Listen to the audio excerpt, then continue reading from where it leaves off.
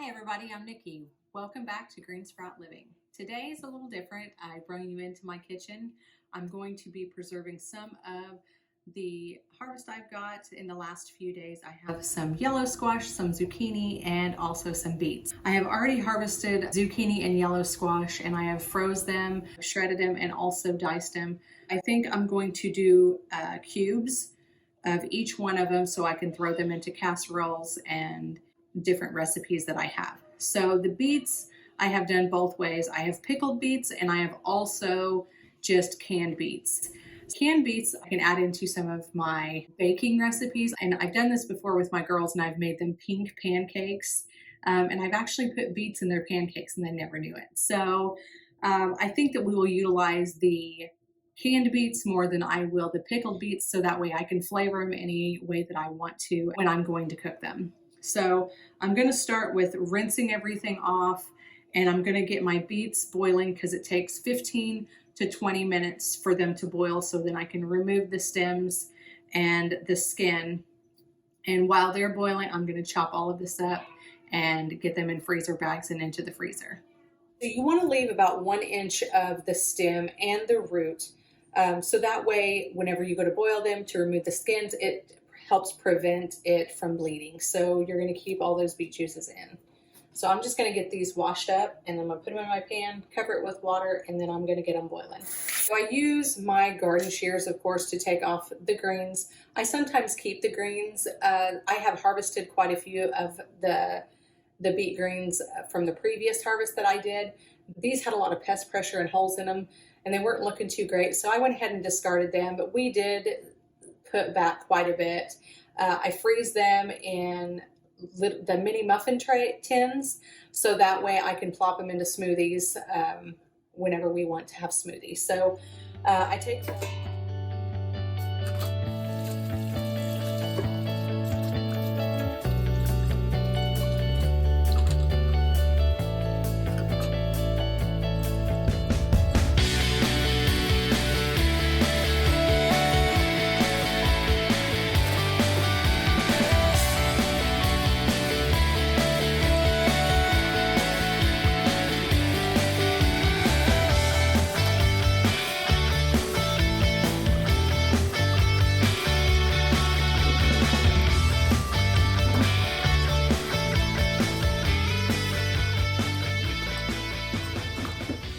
So you can also juice the greens. I've never done that before. I don't have a juicer.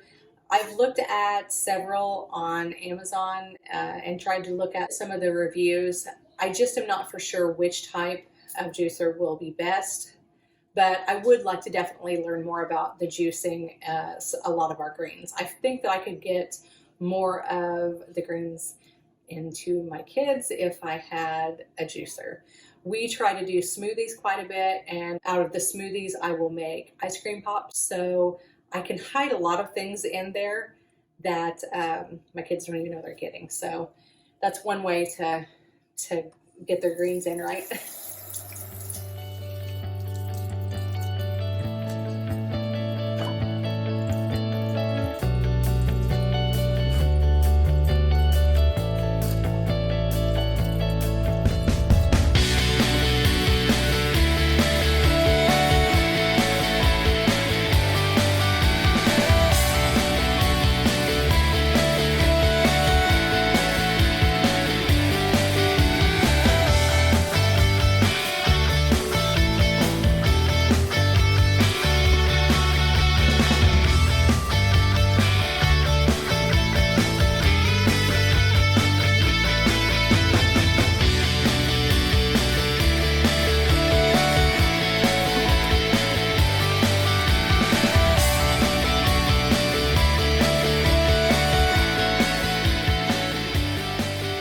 Okay, so now that I have these washed, they're not all going to fit in my big pan, so I'm going to have to get another pan and split them up, and then I'm going to put them on the stove for 15 minutes, and while these are cooking, I'm going to go ahead and chop up the zucchini.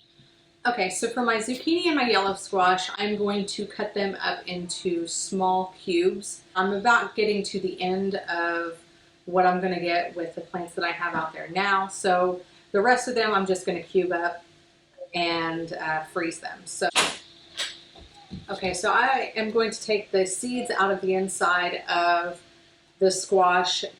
For the recipes that I have that call for it and casseroles and things like that, I just feel like it's better without the seeds. One of my favorite ways to have zucchini is grilled. But you know how it is by midsummer, you're so burnt out on zucchini, you don't want to eat anymore.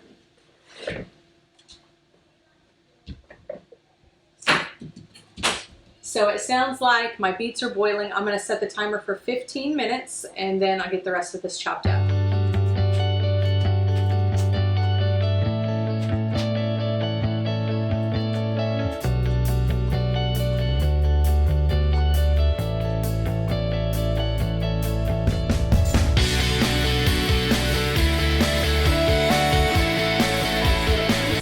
The gray zucchini from In My Gardener, and the flesh is almost like, it looks like a watermelon on the outside. I really like it. This is probably one of my favorite zucchinis that I've had so far. I will probably be saving the seeds for this. In order to save the seeds, you have to do a fermenting process with the zucchini. So you'll want to leave one of the zucchinis on the plant until it gets really large and swollen and this outer skin gets kind of tough. And then what you'll do is you'll cut the zucchini, scoop out the inside, and you will ferment it in water for a few days, and you'll start seeing it separate. It doesn't take very long with the zucchini seeds. So once the flesh of the inside of the zucchini kind of separates from the seed itself, you can rinse them off, lay them flat to dry, and then once they're dried out, you can immediately store them.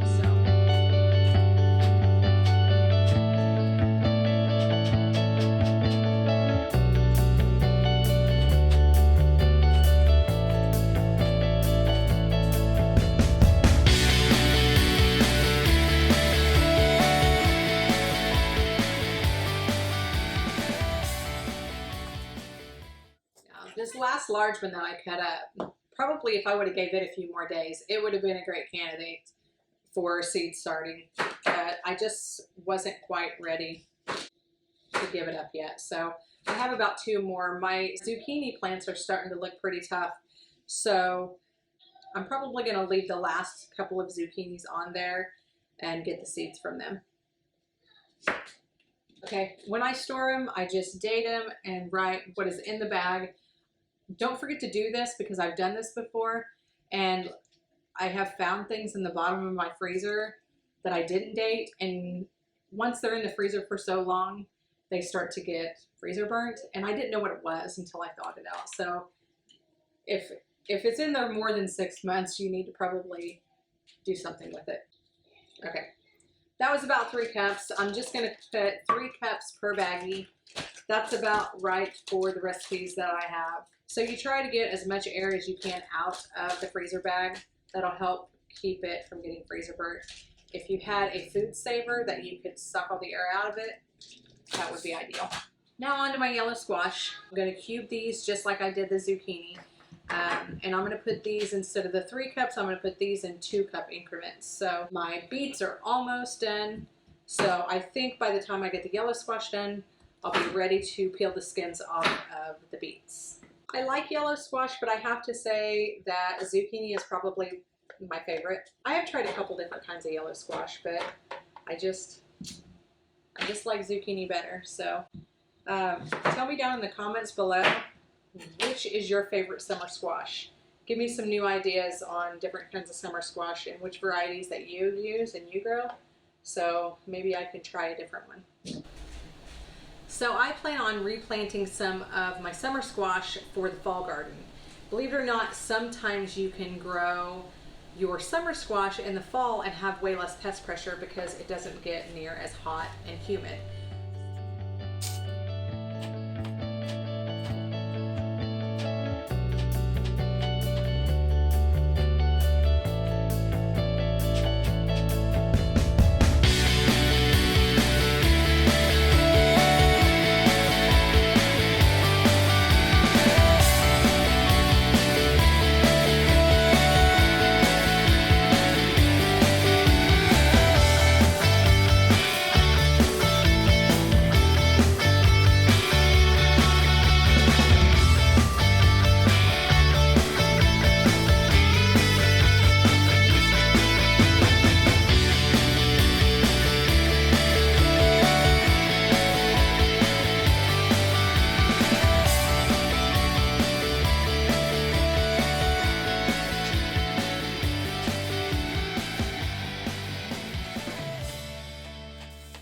Okay, so now that my beets are boiled, they've been boiling for about 15 minutes, I'm going to put them in cool water so I can cool them down, take the skins off.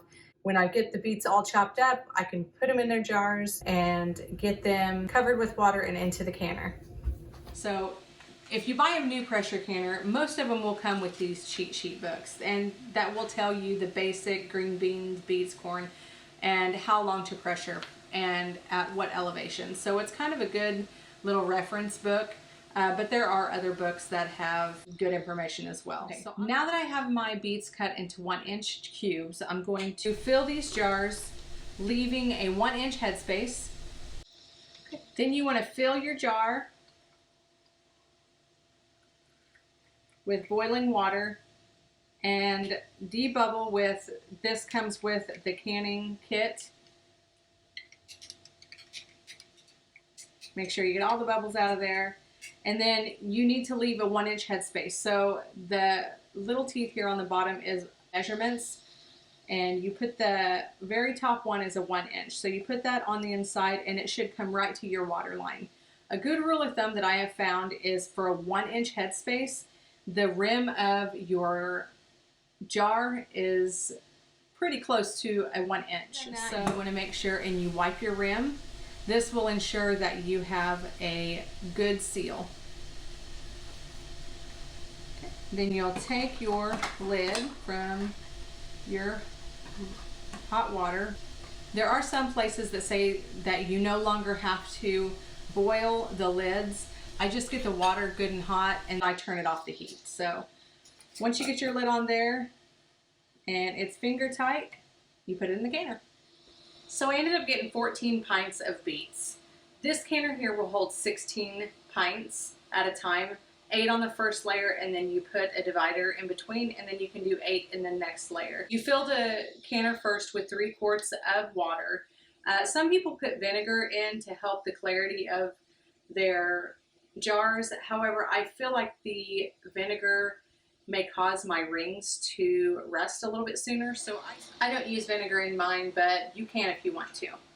Now you have your lid. You make sure you're going to need, depending on which one that you use, like I say, this is the Presto, you'll have your weight, but you won't put that on first. You'll put your lid on, make sure that you line the arrows up and click it tight. And then you'll want this to vent for 10 minutes. So once the steam starts coming out of this hole continuously for 10 minutes, then you can put your weight on. This here is your gauge, and this tells you the weight.